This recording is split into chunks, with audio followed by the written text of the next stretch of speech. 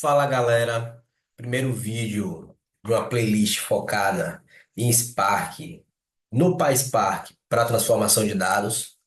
A ideia é ser útil tanto para os profissionais da área de dados, como eventualmente pessoal de negócios, da academia que queira explorar os dados com a ferramenta. O tema de hoje são types, os tipos dentro do ambiente do Spark. E aqui eu estou no Databricks Community, ambiente legal, dá para a gente explorar bastante a amostra que eu propus aqui. Dados bem simples, ID, name, e-mail, seller de uma pessoa cliente.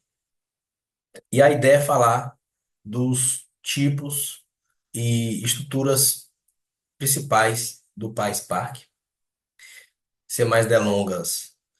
E por que falar de tipo, gente? Quando a gente estuda a linguagem de programação, um dos primeiros tópicos são os tipos primitivos, quais são as possibilidades que a gente tem dentro daquela linguagem. Dentro aqui do PySpark, a gente tem três tipos principais. O data type, ele vai representar qual é a informação daquele campo. Um texto, um número, uma data. Vamos dar uma olhadinha na documentação que vai deixar isso bem claro. Mas a gente tem alguns data types. Então, se é um array, um binário, booleano, várias possibilidades. Inclusive o struct type e o struct field, que é tema do conteúdo de hoje também. O que é legal da documentação do PySpark, que rapidinho a gente chega no código-fonte. Então, esse módulo aqui é justamente o que a gente importa quando a gente começa a brincar com a ferramenta do Types. E dentro dele vai ter vários módulos, vários objetos que são representantes dos tipos que existem dentro da ferramenta. O data type, digamos que vai ser um tipo genérico, ele aplica pouca coisa aqui, na verdade, bem pouca mesmo, e ele vai ser herdado por todos os outros. Isso a gente consegue ver se a gente procura aqui, por exemplo, o struct type, deixa eu pegar o nome direitinho, o struct type. Tem algumas referências a ele, como a gente pode ver aqui na barra de busca. Mas olhando para o array type, por exemplo, a gente dá para ver que o data type é herdado por todos os outros objetos. Map type, que a gente vai falar aqui agora. E basicamente é o seguinte: se todos têm um tipo, e o struct type e o struct field são tipos diferentes, a gente pode pensar no struct type como uma abstração de uma linha. A gente está aqui no data frame, numa tabela dentro do PySpark. O struct type vai conter os elementos daquela linha, quais são os campos ou colunas deles e algumas outras informações. O struct field, se a gente pensa na linha no struct type, aqui a gente pensa na coluna. E quando a gente constrói ele, a gente vai dizer o nome daquele campo, qual é o tipo dele, vai ser um data type, tem que ser na verdade, e se aquele campo pode ser nulo ou não. Tem outro que é bem pouco usado, outro atributo dessa classe, que é os metadados. Quando a gente fala de metadados, são os dados sobre os dados. Até ser tema de outro vídeo. E pode enriquecer a construção de um esquema, a descrição daquela coluna. O metadado é nesse sentido, mas na prática é usado pouco.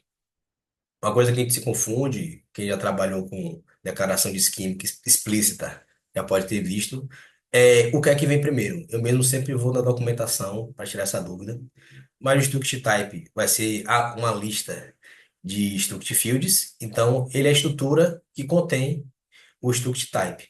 E o struct type vai ser uma representação de uma coluna, então a gente tem que dizer o que aquela coluna é. Ele vai conter o data type. Alguns casos de uso. A gente lê um CSV, a gente lê um JSON, de uma resposta de API, nem sempre o PySpark entende campos mais complexos, mais aninhados, como as coleções que a gente viu ali do map, do array, o próprio struct também. É, nesses casos, a inferência do esquema do PySpark não funciona. A gente tem que declarar explicitamente um esquema. A gente utiliza o struct type. Na construção de campos aninhados, se eu quero especificar que, por exemplo, eu vou construir uma coluna que é um array, que é um struct. Eu faço essa declaração de esquema para garantir que o campo vai funcionar como eu quero. Às vezes isso é necessário, o dado nem é criado sem isso. E por outras vezes é só para deixar claro que o número vai ser um inteiro. Se a gente está falando aí de float, até quando vai ser um float, se é um double, as especificações para números. É, e quando a gente fala de dados muito grandes, se a gente declara esse esquema antes da leitura, isso vai trazer um ganho de performance na leitura desses dados, porque o Spark não vai precisar inferir o que é que aqueles campos são. Então, nesse sentido, ele também é uma ferramenta positiva. Então, como a gente falou que todos são data types, são herdados por ele, a gente pode pensar em métodos em comuns. O, o que tem aqui em asterisco é comum dos data types e dos demais. Então, e esses métodos, sendo bem sincero, a gente usa pouco no dia a dia. Eu vejo pouco. Alguns mais do que outros. Mas vale para conhecimento e, quem sabe, ser um cenário de uso para vocês. Quando a gente fala de field names, ele retorna uma lista de nomes. A gente tem outro método que faz a mesma coisa, que é o names. O JSON e o JSON value também vão ter saídas parecidas. Vão retornar o dicionário com o type, o data type daquela estrutura e os fields, quais são os campos dela. A gente tem o add já usei em alguns casos. Ele vai adicionar um struct field para um conjunto de dados que a gente está trabalhando. Fields e names. E o simple string também eu vou mostrar um caso de uso logo menos. Aqui, indo um pouco para mão na massa, como eu falei, o struct type é uma lista de struct fields. Então a gente pode trabalhar nele como se fosse uma lista. Aqui todas as colunas do nosso conjunto de dados são strings, são textos.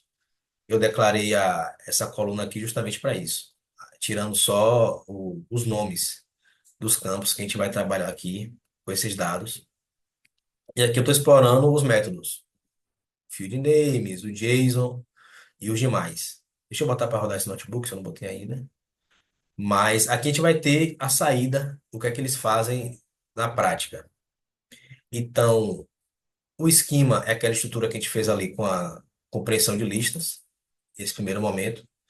Então, ele tem vários struct fields com o nome, o tipo e se aquele campo é anulável ou não. Pode ter valores nulos. O field names vai retornar uma lista com os nomes dos campos que tem dentro daquele esquema. O JSON vai retornar um dicionário com os fields. Esse é o metadata. Geralmente é pouco alimentado, mas existe. É uma possibilidade de um struct field. E vai ter uma chave também principal, que é a type. Cadê type? Aqui. Então, esse esquema é um struct. O JSON Value tem uma saída bem parecida com o JSON, ele só muda a ordem que as chaves dele vão ser chamadas. Primeiro é type aqui, com JSON puro é o fields. O add, aqui eu estou adicionando a coluna de idade, que não existia inicialmente no esquema. Aqui, o esquema é add, então o nome, o tipo, ele vai ser inteiro, e se é anulável ou não.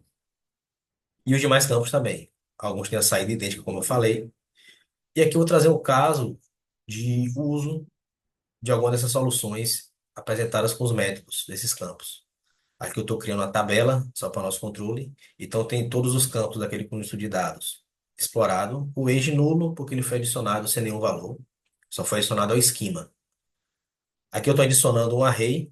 Esse array também é um tipo específico, é uma coleção dentro do PySpark. E aqui, basicamente, eu estou colocando todos os outros campos, ID, nome, e-mail e a pessoa vendedora, em um conjunto só, dentro de uma mesma linha. E aqui que já começa a ficar interessante.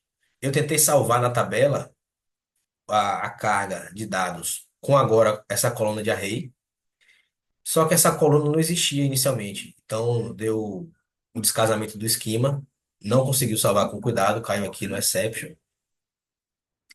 E aí eu vou usar o simple string, um daqueles métodos, para pegar qual é o esquema, qual é o tipo dessa coluna array values.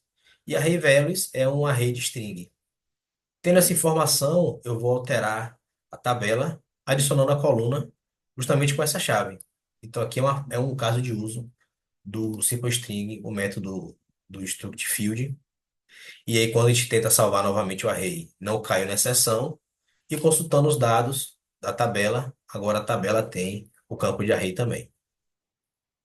É isso, vídeo bem curto, bem direto, introdutório, tanto da playlist como do PySpark, mas espero que tenha sido legal. Deixe seu feedback, pessoal, para futuros vídeos, vai ser muito importante. Um abraço.